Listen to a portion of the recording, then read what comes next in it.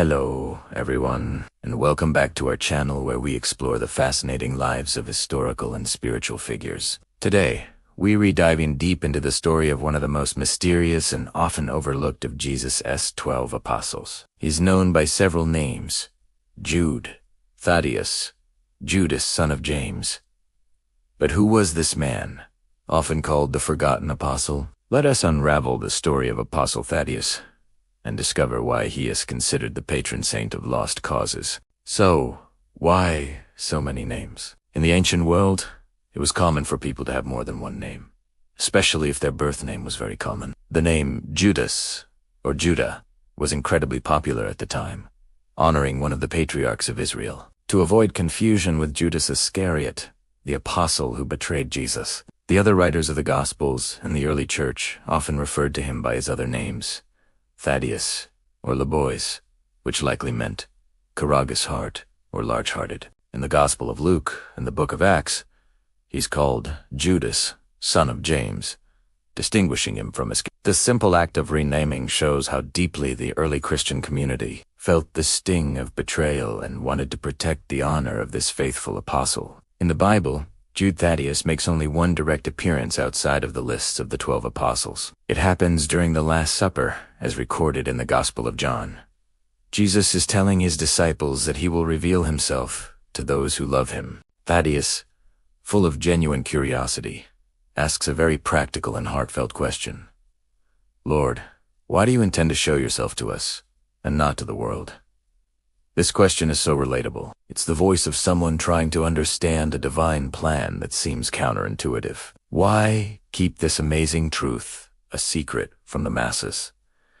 Jesus' answer is profound. He explains that his presence will be revealed through the love and obedience of his followers. The Holy Spirit will dwell within them, and that inner relationship is the true revelation. Thaddaeus' question allowed Jesus to give one of his most important teachings about the indwelling of the Spirit. It shows us that Thaddaeus was not just a silent follower. He was an engaged, thoughtful disciple who wasn't afraid to ask the tough questions. After the resurrection and ascension of Jesus, what happened to Thaddaeus? Like many of the apostles, his journey becomes a blend of tradition, history, and legend. Early church historians like Eusebius and Jerome provide some clues. The most widely accepted tradition says that Thaddaeus, often paired with the apostle Simon the Zealot, traveled extensively to preach the gospel. Their missionary journeys are said to have taken them to Judea, Samaria, Idumea, Syria, and Mesopotamia, which is modern-day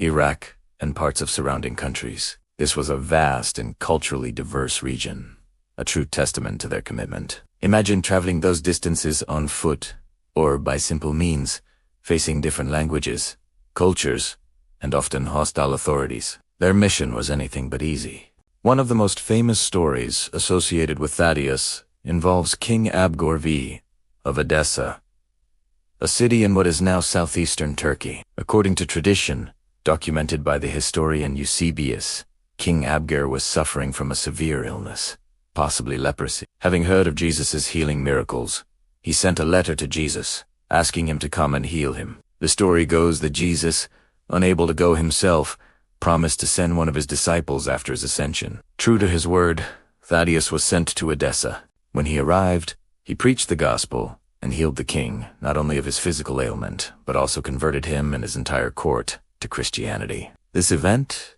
is said to have made Edessa one of the very first Christian kingdoms in history. While some historians debate the details, the story of King Abgar has been a cornerstone of Eastern Christian tradition for centuries, solidifying Thaddaeus' reputation as a powerful healer and evangelist. The journeys of Thaddaeus and Simon the Zealot eventually led them to the region of Persia. Here, their story takes a darker turn. Traditions hold that they successfully converted many people to Christianity, which angered the local pagan priests. These priests saw the new faith as a threat to their power and influence. They stirred up the local authorities and a mob against the two apostles. According to the most common account, Thaddaeus and Simon were captured and faced a brutal end. The tradition states they were martyred together in the city of Suwanir, or in Beirut. The specific details vary, but the accounts often mention that Thaddaeus was clubbed to death. This is why, in Christian art, he is often depicted holding a club or an axe,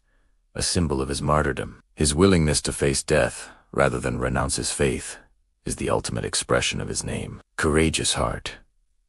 So, how did this forgotten apostle become the patron saint of lost causes and desperate situations? The tradition seems to have gained popularity in the Middle Ages, particularly in France and Germany. The reasoning is beautiful. One theory is that because his name was Judas, many people were reluctant to pray to him, confusing him with Judas's. Therefore, devotion to St. Jude Thaddaeus became something of a last resort. People who were in truly desperate situations, who felt they had tried everything and everyone else, would turn to this overlooked saint, and, according to countless testimonies over the centuries, their prayers were answered. His intercession was seen as powerful and effective, precisely because he was the one people turned to when all hope seemed lost. This transformed him from the apostle nobody prayed to, into the saint for the most hopeless of cases. Another reason for his patronage connects to his New Testament letter, the Epistle of Jude. It's a very short but powerful book, just one chapter long. In it, Jude urges his readers to contend for the faith that was once for all entrusted to the saints. He warns them against false teachers and encourages them to persevere in difficult and challenging times. He tells them to build themselves up in their faith, pray in the Holy Spirit, and keep themselves in God's love. The tone of the letter is urgent and passionate, written for a community facing immense spiritual challenges. It's a letter for people in a tough spot, for those whose faith is being tested. This message of persevering through dire circumstances resonates perfectly with his role as the patron of desperate situations. He is the one who encourages us to fight for our faith when the odds are stacked against us. Today, devotion to St. Jude Thaddaeus is stronger than ever. Many churches and shrines around the world are dedicated to him, and they are often filled with letters and plaques thanking him for his intercession. People from all walks of life turn to him for help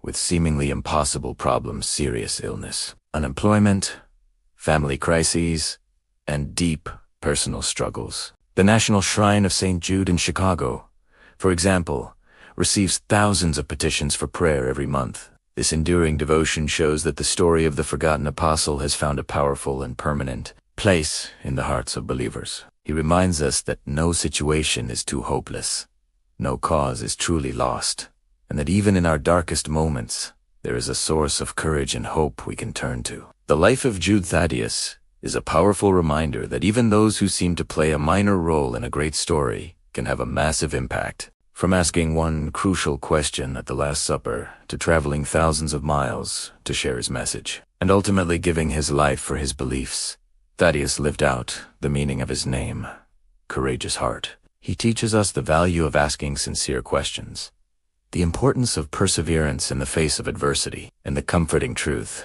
that even when we feel forgotten or our situation seems hopeless, we are not alone. He is the voice for the voiceless and the hope for the hopeless. Thank you so much for joining me on this journey into the life of Apostle Thaddaeus. I hope you found this story as inspiring as I do. If you enjoyed this video, please give it a thumbs up and consider subscribing for more stories like this one. Don't forget to hit the notification bell so you won't miss our next exploration. Who is another figure from history you'd like to learn about?